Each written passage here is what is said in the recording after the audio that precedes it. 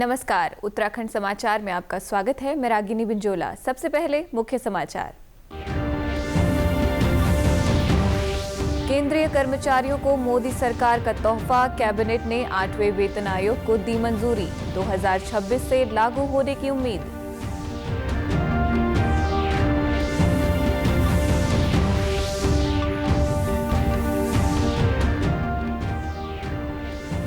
खेल मंत्री रेखा आर्य ने उच्चाधिकारियों के साथ की 38वें राष्ट्रीय खेलों के उद्घाटन समारोह कार्यक्रम की समीक्षा। समारोह को यादगार बनाने के दिए निर्देश।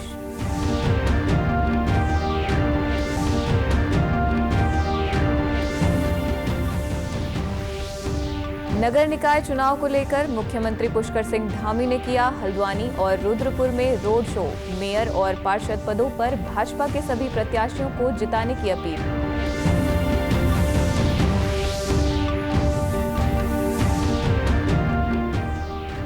यातायात नियम तोड़ने वालों पर परिवहन विभाग सख्त। साल 2024 में देहरादून जिले में किए लगभग 54,000 चालान। अकेले राजधानी में हुए 8.5 करोड़ की कमाई।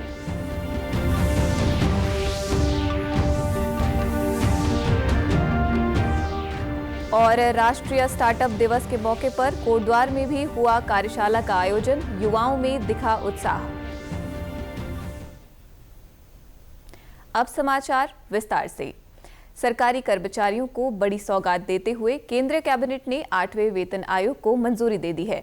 केंद्र सरकार के कर्मचारी और पेंशनधारी बेसब्री से 8वें वेतन आयोग का इंतजार कर रहे थे। आज केंद्रीय कैबिनेट की बैठक प्रधानमंत्री नरेंद्र मोदी के आवास पर हुई, जहां इस फैसले को मंजूरी दे दी गई। केंद्रीय सूचना और प्रसारण मंत्री अश्विनी वैष्णव ने कहा कि 7वें वेतन आयोग का कार्यकाल 2026 में समाप्त होने वाला है और अभी 8वें वेतन आयोग के गठन से वेतन पैनल की सिफारिशें प्राप्त करने के लिए पर्याप्त समय मिलेगा। उन्होंने कहा कि आयोग के अध्यक्ष और 2 सदस्यों की नियुक्ति जल्द ही की जाएगी। बता दें कि देश में 7वां वेतन आयोग 1 जनवरी 2016 से लागू हुआ था। इससे लगभग 1 करोड़ लोगों को लाभ पहुंचा था।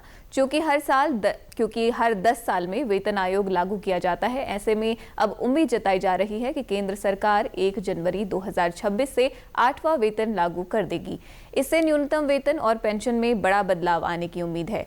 7वें वेतन आयोग का गठन पूर्व प्रधानमंत्री मनमोहन सिंह के कार्यकाल में 28 फरवरी 2014 को किया गया था। 7वें वेतन आयोग ने अपनी सिफारिशें उसके करीब 1.5 साल बाद नवंबर 2015 में केंद्र सरकार को सौंप दी थी।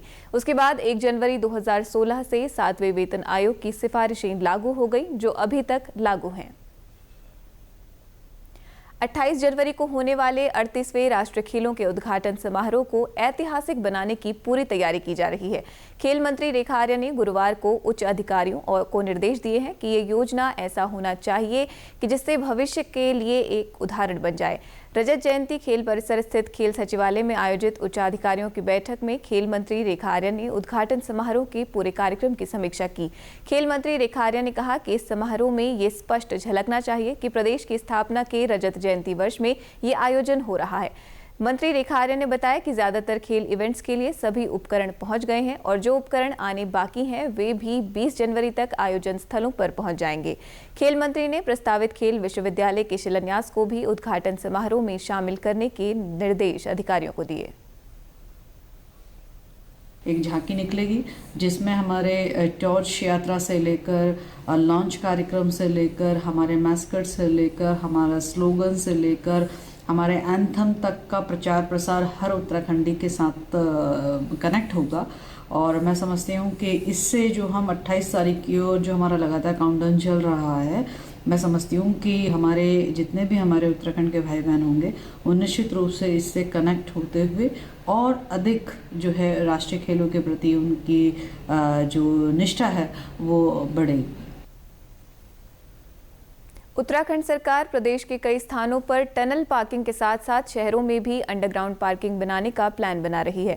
शहरी विकास मंत्री प्रेमचंद्र अग्रवाल ने कहा कि प्रदेश में पर्यटन के लिहाज से करोड़ों यात्री आते हैं, इसीलिए सरकार का सबसे ज्यादा फोकस पार्किंग पर है, क्योंकि ट्रैफिक से लोगों को दिक्कतों का सामना करना पड़ता है।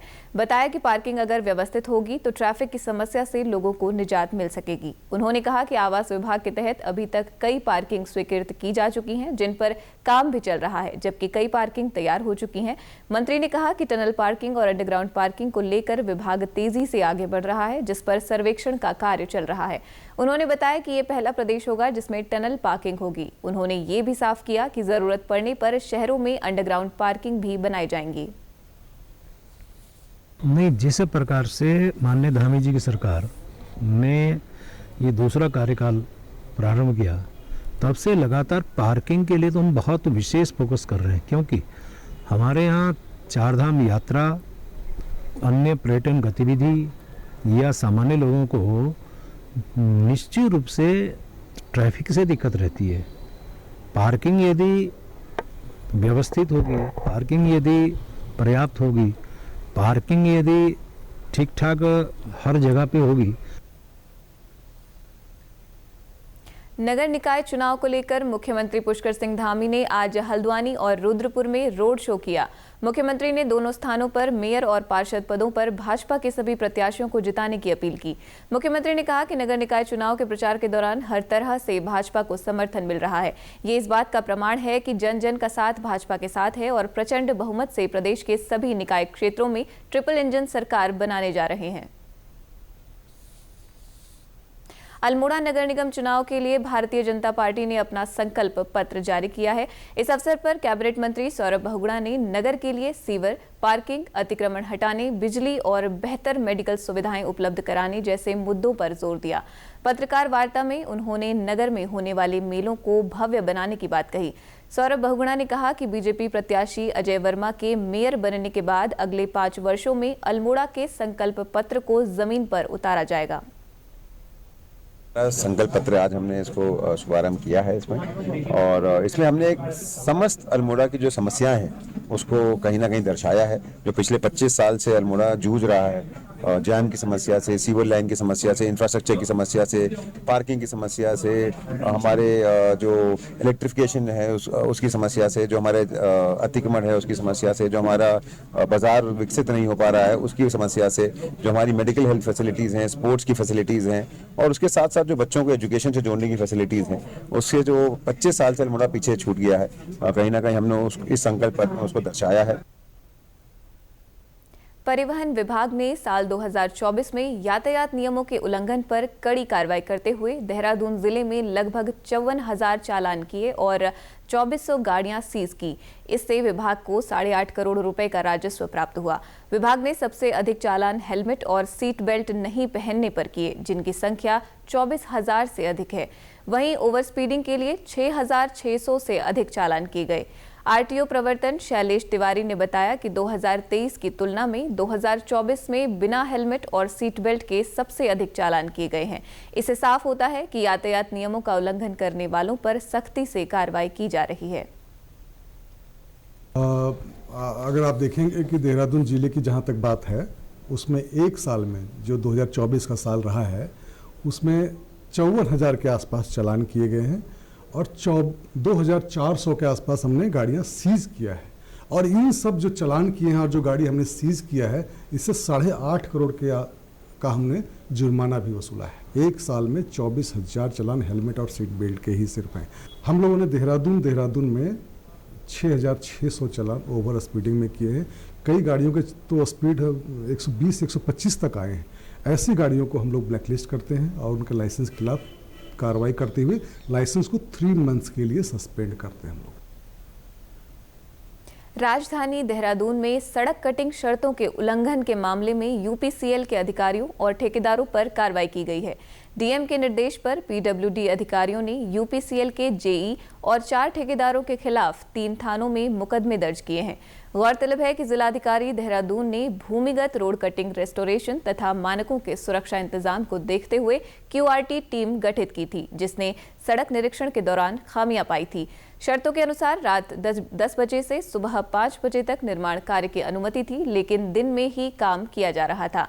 इसके अलावा बैरिकेडिंग और सुरक्षा इंतजाम भी नहीं थे। साथ ही खुदाई के बाद सड़क पर मलबा फैलाया जा रहा था, जिससे आम जनता को परेशानी हो रही थी।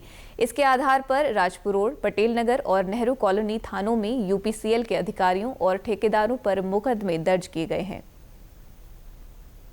इसमें देखिए ये लोक निर्माण विभाग के अभियंता द्वारा इसमें केस रजिस्टर्ड कराया गया है। इसमें 3 जगह थाना राजपुर, नेहरू कॉलोनी और पटेल नगर में कराया गया। इसमें यूपीसीएल के जो कॉन्ट्रैक्ट मिला था, जिसमें भूमिगत लाइन बिछाई जानी थी, और उसका कॉन्ट्रैक्ट एक एजेंसी को दिया गया था। उस एजेंसी के जो ठेकेदार हैं उनको कुछ शर्तों का पालन करते हुए इसका कंप्लायंस करना था, जिसमें जो नियमानुसार जो टाइम दिया गया रोड कटिंग का उस वक्त को लेकर, साथ ही साथ जहां रोड कटिंग हो रही है उन जगहों को, गड्ढों को समय से भरना भी, जिससे कोई दुर्घटना भी ना हो और आवागमन भी बाधित ना हो। इसको देखते हुए लगातार जो बताया गया, जो तहरीर में उसमें नोटिस दिया गया था, लेकिन उस नोटिस का अनदेखा करते हुए जो कंपनी है उसके द्वारा, उनके ठेकेदारों और अधिकारियों द्वारा नियम विरुद्ध कार्य किया जा रहा था। रोड कटिंग का भी, साथ ही साथ जो गड्ढे बन रहे थे उसको भी समय से जो शर्तें थी उसका पालन नहीं किया जा रहा था। इसके आधार पर 3 थाना क्षेत्रों में इसमें कंपनी के खिलाफ जो है केस रजिस्टर्ड किया गया है, और साथ ही साथ इनको निर्देश दिया गया कि तत्काल उन गड्ढों को भरें और साथ ही साथ जो शर्तें हैं नियम की उसका पालन करें। अभी 3 थानों में केस रजिस्टर्ड हुआ, अन्य कोई शिकायत प्राप्त होगी तो उस पर भी आगे इसी तरह की कार्रवाई की जाएगी। यहाँ रुकेंगे एक छोटे से ब्रेक के लिए, आप बने रहिए हमारे साथ।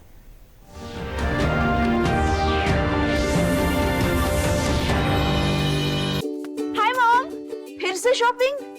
बाबूजी, आपने इसे बिगाड़ के रखा। लिमिट में करो तो कुछ बुरा नहीं होता है। बिना लिमिट शॉपिंग करेगी आपके कार्ड पे ऐड ऑन जो है। मैंने तो कार्ड पे लिमिट सेट कर दिया।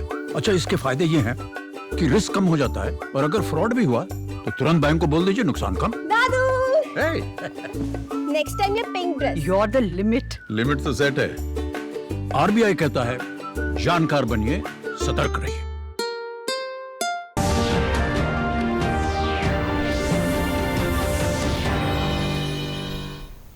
ब्रेक के बाद एक बार फिर आपका स्वागत है।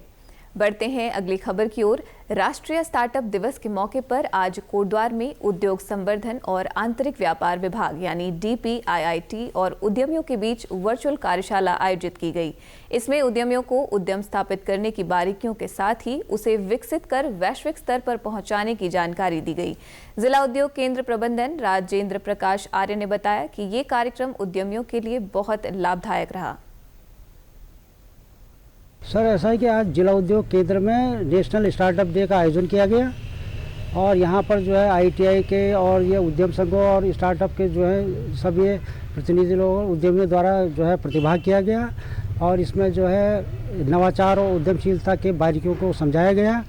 और आज ये वर्चुअल मीट का भारत सरकार द्वारा भी DPIIT द्वारा किया गया, और जो है इसमें भी सब प्रतिनिधियों द्वारा और ITI जो है ये जो जितने भी यहाँ उपस्थित है प्रतिभा किया, उन सब ने भी हिस्सा उसमें लिया। वहीं स्टार्टअप के जरिए आगे बढ़ने वाले युवा कार्यशाला से बेहद खुश नजर आए। उन्होंने कहा कि इस प्रकार की कार्यशालाएं आयोजित होनी चाहिए ताकि उद्यमियों को कुछ नया करने और सीखने को मिले। आज स्टार्टअप डे का 9वीं वर्षगांठ है, जो माननीय मोदी जी ने चालू किया था 2016 में, और इस उपलक्ष्य में आज हम DIC के कार्यालय में आए हैं। और यहाँ पर जो कार्यक्रम हुआ तो उसमें यही सिखाया गया कि स्टार्टअप क्या होता है और स्टार्टअप कैसे किया जाता है, स्किल्स कैसे होती है। अब वो सर एक बहुत लंबा एक प्रोग्राम रहता है जिसमें हमें दिखाया जाता है कि हमें अपने ही क्षेत्र के अंदर जो भी हमारे पास संसाधन है उनको यूज़ करके हमें स्टार्टअप करना है और अपने ही क्षेत्र के बीच में उसका व्यापार करना है, और उससे जो आजीविका का साधन होगा, जिससे कहते हैं जो स्थानीय लोगों में भी जो रोज़गार बढ़ेगा। में स्टार्टअप्स को बहुत अच्छा जो है मार्गदर्शन मिला। जो नए भी लोग हैं जो स्टार्टअप्स शुरू करना चाहते हैं और जो एग्जिस्टिंग हैं उनके लिए भी ये बहुत अच्छी जो है आज का दिन था, जहाँ की सारे स्टार्टअप्स के बारे में, स्कीम्स के बारे में सब कुछ बताया गया। बहुत सुंदर कार्यक्रम का आयोजन। जो नए लोग, जो बच्चे नए हैं या फिर जिनके पास आइडियाज़ हैं, जो लोग नए आज नया स्टार्टअप करना चाहते हैं, शुरुआत करना चाहते हैं, उनके लिए बहुत बड़ा प्लेटफॉर्म है। गवर्नमेंट की इतनी सारी स्कीम्स हैं, कितना सहयोग कर रही है सरकार, ये सब को लेकर के मुझे लगता है कि आज जो है हमारा जो भारत देश है और जो प्रदेश है वो बहुत तेज़ी से उन्नति करेगा अगर इस तरह की ही आगे पहल रही तो। नगर निकाय चुनाव के लिए विभिन्न स्थानों पर प्रशिक्षण कार्यक्रम संचालित किए जा रहे हैं। इसी क्रम में हल्द्वानी के मेडिकल कॉलेज सभागार में निर्वाचन विभाग द्वारा मतदान ड्यूटी में लगे कार्मिकों को प्रशिक्षण दिया गया। प्रथम व द्वितीय पाली में कुल 960 कार्मिकों को निकाय चुनाव में पोस्टल वॉलेट से मतदान करने संबंधित प्रशिक्षण दिए जा रहे हैं। मुख्य विकास अधिकारी अशोक पांडे ने बताया कि सभी कार्मिकों को निष्पक्ष एवं पारदर्शिता से मतदान कराए जाने संबंधित सभी नियमों की जानकारी दी जा रही है। आज हमारे यहाँ पोलिंग पार्टियों का प्रशिक्षण दिया जा रहा है निकाय चुनाव के लिए। इसमें प्रथम पाली में 480 और द्वितीय पाली में 480 दिए जाएंगे। इसमें हमारे विशेषज्ञ उनको बारीकियां बता रहे हैं किस तरह से इलेक्शन कंडक्ट कराना है। इसका पूरा ध्यान रखा जा रहा है कि कार्मिकों को कोई समस्या ना हो और ट्रेनिंग भी उनको दी जा रही है और साथ ही उनका प्रशिक्षण भी कराया जा रहा है कि पेटियों को कैसे यूज करना है। वहीं इस दौरान एसपी क्राइम प्रकाश चंद्र ने बताया कि निकाय चुनाव क्षेत्र के अंतर्गत संवेदनशील व अति संवेदनशील बूथों का दौरा कर आवश्यक निर्देश दिए जा चुके हैं। और टोटल 402 बूथ हैं, जिनमें कि 154 इसमें मतदान केंद्र हैं, जिनमें से कि 52 संवेदनशील और 71 इसमें अति संवेदनशील मतदान केंद्र चिन्हित किए गए हैं। अति संवेदनशील क्षेत्र में हम 2 अतिरिक्त आर्म्ड फोर्स तैनात करेंगे, जिसमें एक सब इंस्पेक्टर भी नियुक्त करेंगे। नगर निकाय चुनाव को पारदर्शिता के साथ संपन्न कराने के लिए आज चमोली जिले में पीठासीन और मतदान अधिकारियों को दूसरा प्रशिक्षण दिया गया। इसमें मास्टर्स ट्रेनर्स द्वारा मतदान कार्मिकों को उनके दायित्वों एवं कर्तव्यों के साथ साथ निर्वाचन सामग्री के विषय में विस्तार से बताया गया। उन्हें मतपेटी को खोलने और सील करने का व्यावहारिक प्रशिक्षण भी दिया गया। इस दौरान निर्वाचन ड्यूटी पर तैनात सभी कार्मिकों से डाक मतपत्र से मतदान करने के लिए प्रारूप 9 पर आवेदन भी लिए गए। पोलिंग बूथों के लिए रवानगी से पूर्व निर्वाचन ड्यूटी पर तैनात सभी कार्मिक डाक मतपत्र से अपना मतदान करेंगे। गौरतलब है कि जिले की 4 नगर पालिका परिषद और 6 नगर पंचायत में बनाए गए कुल 80 पोलिंग बूथों के लिए 103 पोलिंग पार्टियां बनाई गई हैं। इनमें 412 कार्मिकों की तैनाती की गई है। मुंबई में हर साल आयोजित होने वाले कौथिग की टीम के सदस्यों ने मुख्यमंत्री पुष्कर सिंह धामी से मुलाकात की। टीम ने मुख्यमंत्री को मुंबई कौथिग 2025 में बतौर मुख्य अतिथि आमंत्रित किया। प्रेस क्लब में पत्रकारों से बातचीत करते हुए संस्था के समन्वयक केशर सिंह बिस्ट ने कहा कि मुंबई कौथिग 2025 का आयोजन 31 जनवरी से 9 फरवरी तक मुंबई के झांसी की रानी मैदान में होगा। उन्होंने कहा कौथिग का ये उत्सव उत्तराखंड की सांस्कृतिक विरासत और परंपराओं को समर्पित है, जिसे प्रवासी उत्तराखंडियों के बीच बड़े उत्साह और धूमधाम से मनाया जाता है। ये बोला 31 तारीख जनवरी से 9 फरवरी तक 10 दिन का आयोजन है ना। और इस बार हम क्या विशेष कर रहे हैं, ये है कि 15 साल में हमने अपने कार्यक्रम किए और खुद ही उत्तराखंड समाज ने किया, खुद ही देखा। लेकिन इस बार हमने कहा कि इसका विस्तार होना चाहिए उनके बीच में जहां हम रहते हैं। समाज के तमाम वर्ग वहाँ रहते हैं, महाराष्ट्रियन रहते हैं, पंजाबी, बंगाली, हिमाचली। तो हम इस बार एक नया उसमें जोड़ रहे हैं, एक नया सेगमेंट कि उसमें हिमाचली लोग भी अपनी प्रस्तुति दें, महाराष्ट्र के लोग भी अपनी प्रस्तुति दें, पंजाब के लोग हैं। तो ऐसे हम 3-4 राज्यों को इसमें अभी इस बार जोड़ रहे हैं और हम कोशिश करें कि खाली उत्तराखंड से बाहर निकल कर भी हम उनकी संस्कृति को अपनाएं, देखें कैसा क्या हो रहा है, हम और हमारी संस्कृति को देखें। इन दिनों उत्तरकाशी में माघ मेला काफी हर्षोल्लास के साथ मनाया जा रहा है। स्थानीय लोग इसे बाड़ाहाट को थौलू के नाम से जानते हैं। ये मेला उत्तरकाशी की एक ऐतिहासिक और सांस्कृतिक धरोहर है। ये प्राचीन काल से ही तिब्बत और भारत के व्यापार का केंद्र रहा है। धार्मिक मान्यताओं के अनुसार इस मेले का संबंध महाभारत काल से है।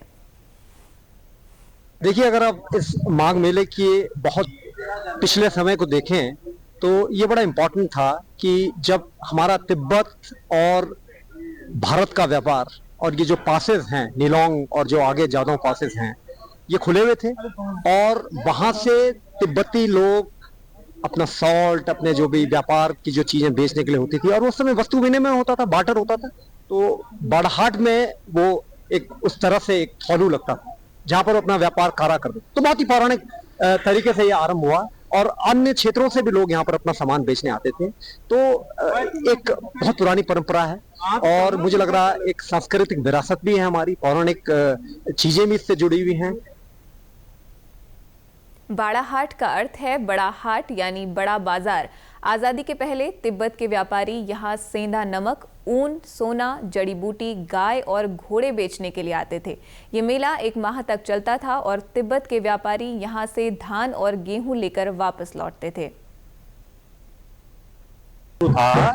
इसका जो इतिहास है हमारे बुजुर्गों ने जो हमें बताया है, हमारे पूर्वजों ने जो हमको बताया है, उसमें ये जो बाड़ाहाट है यहाँ पे जो हमारे ऊपर तिब्बती लोग रहते थे, हरसिल क्षेत्र के ऊपर जालांग गांव था, तो वो लोग वहाँ से यहाँ व्यापार करने आते थे। और व्यापार के बदले पहले तो आपको पैसा है, पहले व्यापार में अन्न का व्यापार होता था, अन्न देके जो कुछ उनसे जो जैसे औषधियाँ इस टाइप का व्यापार करता था। फिर परिवर्तन आया, फिर इसके नाम से जो है बाराहाट पट्टी बनी। लेकिन ये जो पौराणिक मेला है, ये भगवान आराध्य देव हरि महाराज और गुरुदेव का पौराणिक मेला है, जिसका इतिहास जो है बहुत पुराना है। इस मेले में टिहरी और उत्तरकाशी के ग्रामीण अपनी देवडोलियों के साथ आते थे। गंगा स्नान के साथ साथ वे खरीदारी भी करते थे। उत्तरकाशी का माघ मेला राजशाही के नियंत्रण में था। राजशाही के समय तिब्बत से आने वाले व्यापारियों का हिसाब किताब मालगुजार करते थे। बाजारों में ज्यादा से ज्यादा हमारा उद्योग विभागों का जब से ये मेला शुरू हुआ, उसका स्टॉल लगते थे, विभागीय स्टॉल लगते, क्योंकि इसको बढ़ावा देने के लिए स्टॉल लगते थे, सब सरकारी विभागों से लगते थे। और हमारे इस मेले में विशेष करके हमारा जो ये मेला है, ये विश्वनाथ के नाम से, क्योंकि विश्वनाथ का अपहरण तद है 12, शिव शक्ति का ही 12 शब्द है। आप क्योंकि हाट में बाजार हो गए, बाजार में हम लोगों का लोग लाते थे यहाँ लोग। 1962 के भारत चीन युद्ध के बाद भारत और तिब्बत के व्यापार में बाधा आई, लेकिन जिला पंचायत हर साल इस मेले का आयोजन करती आ रही है। ये मेला आज भी उत्तरकाशी की सांस्कृतिक धरोहर को जीवित रखता है और स्थानीय लोगों के लिए एक महत्वपूर्ण आयोजन है। राष्ट्रीय शिक्षा नीति 2020 के तहत पीएम श्री राजकीय बालिका इंटर कॉलेज अल्मोड़ा में आज से 6 दिवसीय शीतकालीन शिविर शुरू हो गया। शिविर में कक्षा 6 से 9 तक की छात्राएं प्रतिभाग कर रही हैं।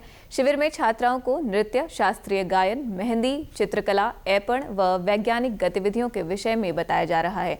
इस दौरान मुख्य विकास अधिकारी दिवेश साशनी ने विद्यालय के कक्षों व रखरखाव का निरीक्षण किया और उचित व्यवस्था के लिए प्रधानाचार्य को निर्देशित किया। मुख्य विकास अधिकारी ने शीतकालीन शिविर की प्रतिभागी छात्राओं को सभी गतिविधियों का लाभ लेने को कहा। सेक्टर अल्मोड़ा के लिए डीएम सर और हमारी तरह से काफ़ी प्रयास किए जा रहे हैं। उन्हीं प्रयासों में से एक प्रयास है कि हम किसी एक स्कूल को काफ़ी अच्छी तरह से इंफ्रास्ट्रक्चर डेवलप करना चाहते हैं, जो कि यहाँ के कोई भी प्राइवेट स्कूल को टक्कर दे सके इंफ्रास्ट्रक्चर पॉइंट ऑफ व्यू से। और हमारे टीचर्स की ट्रेनिंग, हमारे बच्चों के लिए एजुकेशनल कंटेंट हो, चाहे वो हमारा IIT JEE की कोचिंग का कंटेंट हो, करियर काउंसलिंग रिलेटेड कंटेंट हो और स्किलिंग का जो भी कंटेंट हो, वो भी हम इन्हें प्रोवाइड कर रहे हैं। तो ये काफ़ी सारे स्टेप्स में एक पार्ट था कि हम GGIC आएँ, यहाँ जो भी कमी दिख रही है हमें, उस कमी को हम आइडेंटिफाई करें। और हम लोग जैसे कि क्लासरूम में टाइल्स हुआ, अच्छे बेंचेस हुए, नॉर्मल पेंट हुआ, जो भी छोटी मोटी इंफ्रास्ट्रक्चर रिक्वायरमेंट्स है स्कूल की, उसको ठीक करके इसका ठीक करें। प्लस जो एक कैंप था आज यहाँ पे, जो कैंप शुरू हो रहा है पीएम श्री के थ्रू, बच्चों के लिए काफ़ी अलग अलग कोर्सेज किए जा रहे हैं, जिसमें उनकी स्किलिंग के बारे में बात चल रही है। Local art and craft Aipan की ट्रेनिंग दी जाएगी, हमारे मानसकर साइंस सेंटर ले जाया जाएगा, तो उसे भी अभी देखा और हमने अभी इनॉग्रेट किया है। शीतकालीन शिविर का मुख्य उद्देश्य विद्यार्थियों में रचनात्मक गतिविधियों को बढ़ाना है। वैज्ञानिक गतिविधियां जानने के लिए उन्हें मानस खंड विज्ञान केंद्र का शैक्षिक भ्रमण भी कराया जाएगा, जिसमें बच्चों की रचनात्मक गतिविधियों को बढ़ाने के लिए, उनके अंदर जो कलाएं हैं उनको उभारने के लिए कई रचनात्मक कार्यक्रम आयोजित किए जाएंगे। आज से ये शुरू होगा। इसमें नृत्य वो सीखेंगे, इसके अतिरिक्त उनको painting, craft, flower making, card making, इस तरह की कई कार्यक्रम हम उनको सिखाएंगे। छात्राएं भी इस शिविर को लेकर काफी उत्साहित हैं। उन्हें उम्मीद है कि शिविर में काफी कुछ सीखने को मिलेगा। और आज से हमारे विद्यालय में विंटर कैंप लग रहा है। इसमें हमें नृत्य, ऐपण कलाएं और भी मेहंदी डिज़ाइंस बनाने के लिए और भी बहुत कुछ सिखाया जाएगा और कुछ साइंस एक्टिविटीज़ भी होंगी। ये हमारे विद्यालय में पहली बार लग रहा है, तो हमें इसमें बहुत कुछ अच्छा लग रहा है। राजा आनंद सिंह राजकीय बालिका इंटर कॉलेज की छात्रा हूँ। मैं कक्षा 6 की छात्रा हूँ और आज से हमारे विद्यालय में विंटर कैंप लगा है और ये हमारे स्कूल में आज पहली बार लगा है। इसमें हमें नृत्य, कला और भी बहुत सारी मेहंदी डिज़ाइन से ऐपण सिखाया जा रहा है। देश के सार्वजनिक प्रसारक प्रसार भारती ने OTT प्लेटफॉर्म के क्षेत्र में कदम रखते हुए हाल ही में वेव्स की शुरुआत की है। ये डिजिटल मीडिया और OTT दर्शकों को एक संपूर्ण इंफोटेनमेंट इकोसिस्टम देता है। अगर आपको भी चाहिए फ्री में शानदार कंटेंट तो आज ही डाउनलोड करें वेव्स ऐप। QR कोड के जरिए भी वेव्स ऐप डाउनलोड की जा सकती है। प्रदेश के समाचारों में फिलहाल इतना ही। चलते चलते मुख्य समाचार एक बार फिर।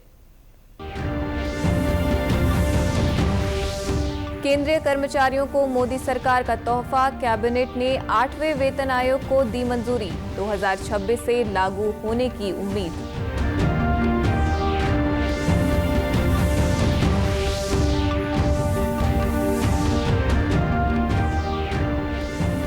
खेल मंत्री रेखा आर्या ने उच्चाधिकारियों के साथ की 38वें राष्ट्रीय खेलों के उद्घाटन समारोह कार्यक्रम की समीक्षा।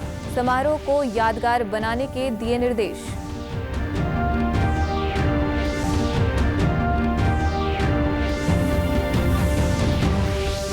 नगर निकाय चुनाव को लेकर मुख्यमंत्री पुष्कर सिंह धामी ने किया हल्द्वानी और रुद्रपुर में रोड शो।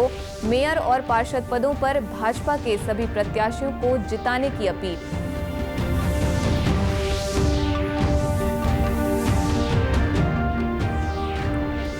यातायात नियम तोड़ने वालों पर परिवहन विभाग सख्त। साल 2024 में देहरादून जिले में किए लगभग 54,000 चालान। अकेले राजधानी में हुए 8.5 करोड़ की कमाई।